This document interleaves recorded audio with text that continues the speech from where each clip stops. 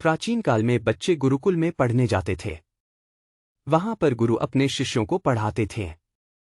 एक गांव के एक आश्रम में वरदराज नाम का बालक पढ़ता था।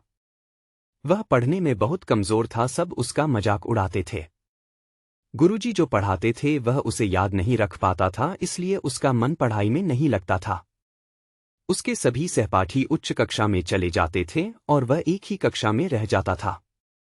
गुरुजी ने उसे पढ़ाने में बहुत मेहनत की, लेकिन उस पर कुछ असर नहीं हुआ। अंत में हारकर गुरुजी ने उसे आश्रम से निकाल दिया। वह भारी मन से दुखी होकर वहां से जाने लगा।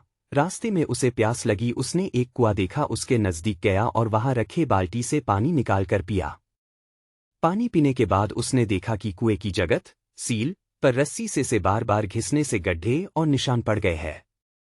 उसने सोचा कि यदि बार बार एक नरम रस्सी से घिस घिस कर कठोर पत्थर पर निशान पड़ सकता है, तो मैं क्यों बार बार याद करके और कठिन परिश्रम करके विद्या प्राप्त नहीं कर सकता।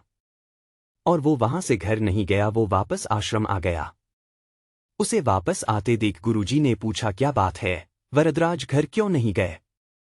वरदराज ने कहा, गुरुजी मुझे और एक अवसर दीजिए, इस बार मैं बहुत मेहनत करूंगा, इस बार आपको निराश नहीं करूंगा। गुरुजी उसके आत्मविश्वास को देखकर बहुत खुश हुए और उसे फिर से पढ़ाना शुरू किए। वरदराज इस बार पूरे मन लगाकर पढ़ने लगा। वो गुरुजी के बातों को ध्यान से सुनता और गुरुजी द्वारा दिए गए सवाल को पहले हल करके दिखा देता। वो अब अपने कक्षा में सबसे तेज शिष्य बन गया था। और यही वरदराज बड़े होकर संस्कृत के महान विद्वान के रूप में प्रसिद्ध हुए और इन्होंने बहुत सारे पुस्तकें लिखी, जिसमें लघु सिद्धांत कौमुदी प्रमुख है।